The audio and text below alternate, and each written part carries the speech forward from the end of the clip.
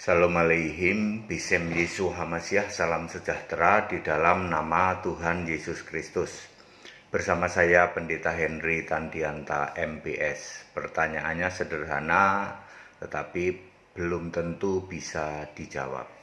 Mu'alaf tanya ke saya seperti ini, Pak Pendeta HTD, bagaimana bisa Yesus menampakkan diri kepada 12 muridnya? Ketika Yesus mati disalibkan, muridnya tinggal 11, Pak HTD. Bagaimana bisa Yesus menampakkan diri kepada 12 muridnya? Ya, kayaknya harus nabi itu Pak yang jawab. Jadi kata mu'alaf katanya harus seorang nabi yang bisa menjawab seperti itu. Tapi setelah saya cari-cari di ayat Alkitab, benar juga ya. 1 Korintus 15 ayat 5 misalnya ya, begitu ya. 1 Korintus 15 ayat 5 di situ tertulis bahwa Yesus menampakkan diri kepada ke-12 muridnya ya. Pertama menampakkan diri kepada Kefas, lalu dilanjutkan kepada ke-12 muridnya, terakhir kepada Saulus atau Paulus. Baik Bapak Ibu Saudara, bagaimana mungkin, kan murid Yesus tinggal 11. Tinggal 11 kok Yesus menampakkan diri kepada 12 muridnya. Itu dia yang kita harus jawab ya. Nah, Saudara-saudara, betulkah kedua murid Yesus tinggal 11? Betul.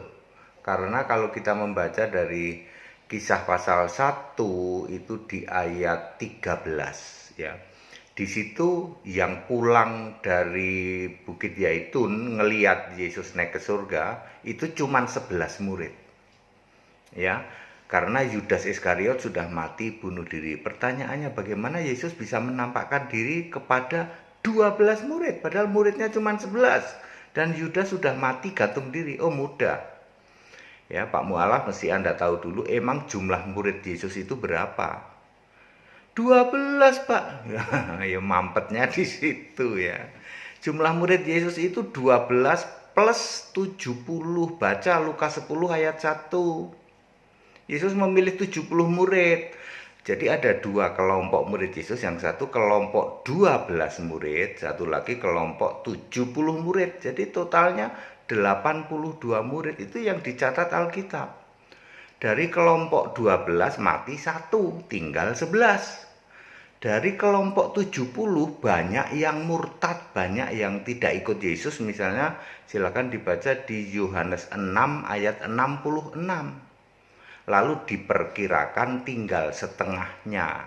Jadi ketika Yesus disalib, yaitu kurang lebih muridnya tinggal 11 dari kelompok yang 12, dari kelompok yang 70 tinggal 35. Misalnya contohnya kelompok 70 itu ada Filipus, ada Barnabas, ada Lukius, ada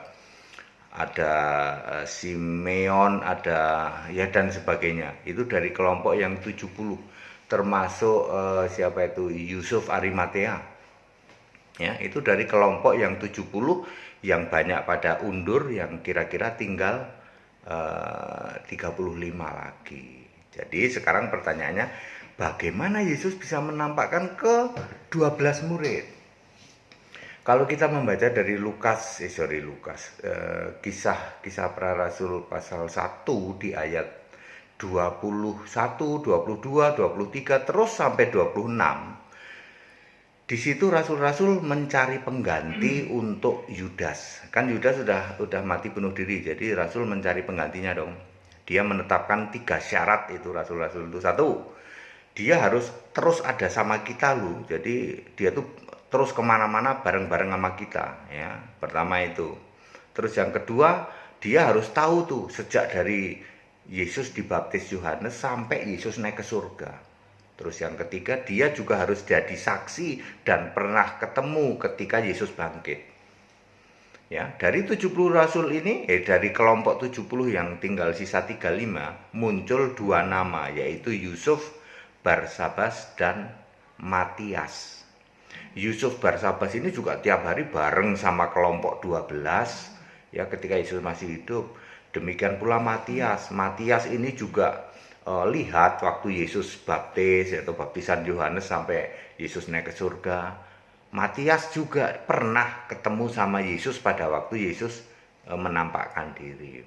Lalu yang terpilih adalah Matias. Maka dengan sangat mudah Pak Ustadz ya atau Pak Mu'alaf dengan sangat mudah dijawab bahwa Yesus menampakkan diri kepada 12 murid, artinya 11 murid dari kelompok 12 yang sudah mati satu itu, plus satu murid dari kelompok 70 yang tinggal sekitar 35 itu ya.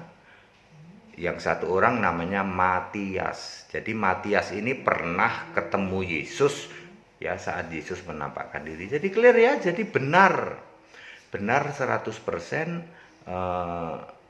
siapa Paulus menulis di dalam 1 Korintus 15 ayat 5 bahwa Yesus menampakkan diri kepada 12 muridnya. Benar 100%.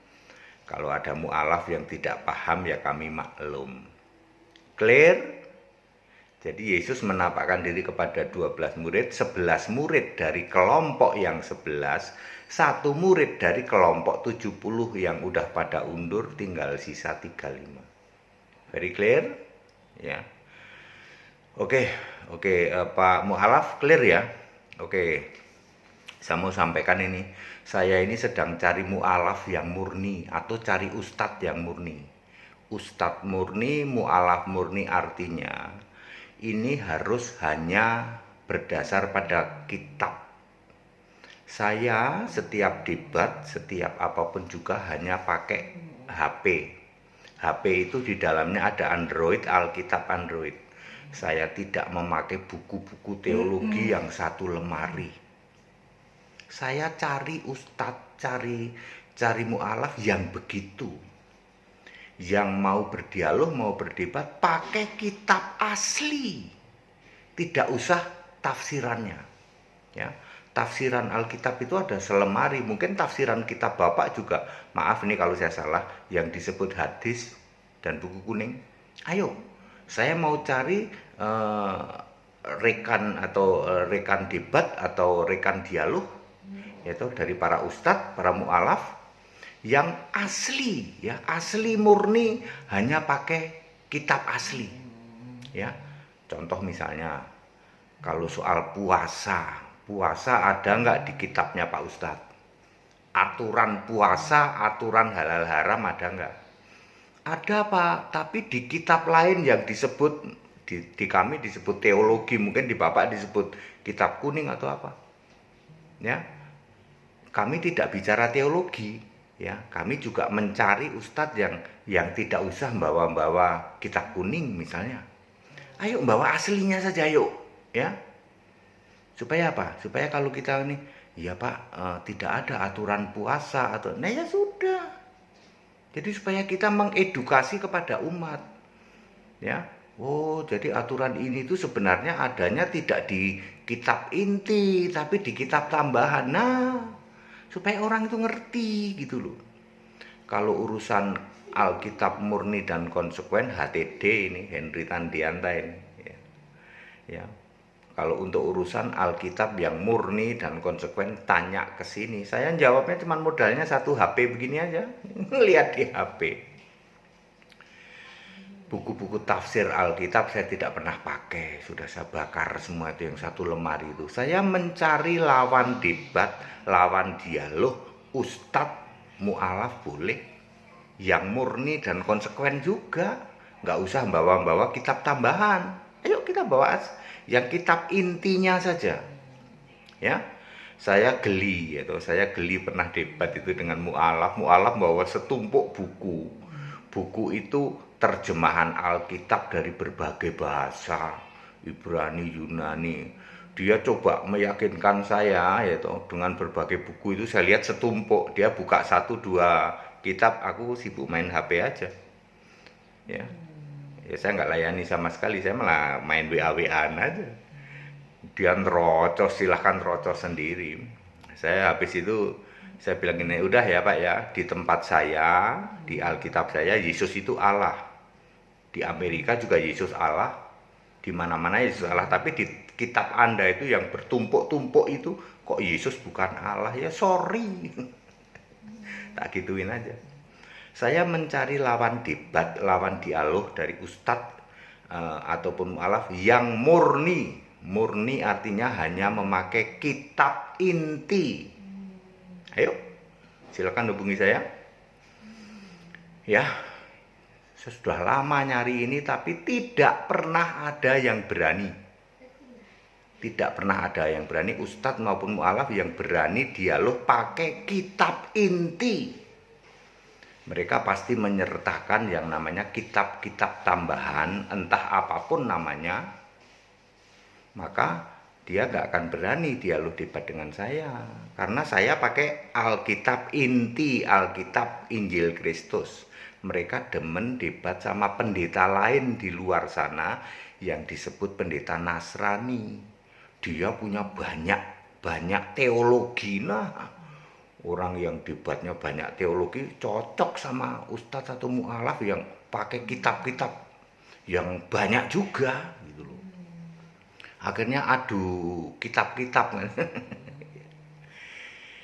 Ayo, kalau ada mu'alaf, kalau ada ustadz yang murni dan konsekuen, yang dasarnya hanya kitab inti, memang belum pernah ada yang berani, karena nanti kalau disinggung soal puasa, soal halal haram, udah nggak berani, karena di kitab inti ya begitu ya, itu adanya tidak di kitab inti, jadi dia tidak akan berani ya. Dia akan, ya kami bawa kitab inti, habis itu bawa juga kitab tafsir apapun namanya ya, mau hadis atau apa ya, dia bawa juga ya. Tapi yang di kitab inti berani nggak dialog debat sama HTD? Saya belum menemukan. Udah hampir 2 tahun nih saya nyari. Saya selalu bisik-bisik kalau ketemu sama ustadz, ayo ada yang berani nggak? Wah nggak berani Pak. Kalau Pak HTD cuma pakai kitab inti, nanti bicara puasa ya gimana Pak? Ya tapi kita tetap bersahabat ya, kita Indonesia, kita Pancasila. Maksud saya ya, daripada Anda cuma tanya melulu kayak begini ya toh, ayo dikeluarin tuh kitab inti ya toh, dialog sama saya. Kita Indonesia, kita Pancasila, toleransi harus, keberagaman wajib disyukuri, bersahabat dengan beda iman itu bisa. Kalau toh dalam kehidupan sehari-hari kita melihat kenyataan kok tidak sama, ya tidak apa-apa. Segala hormat kemuliaan untuk Yesus Kristus, satu-satunya Allah yang benar. Haleluya, amin.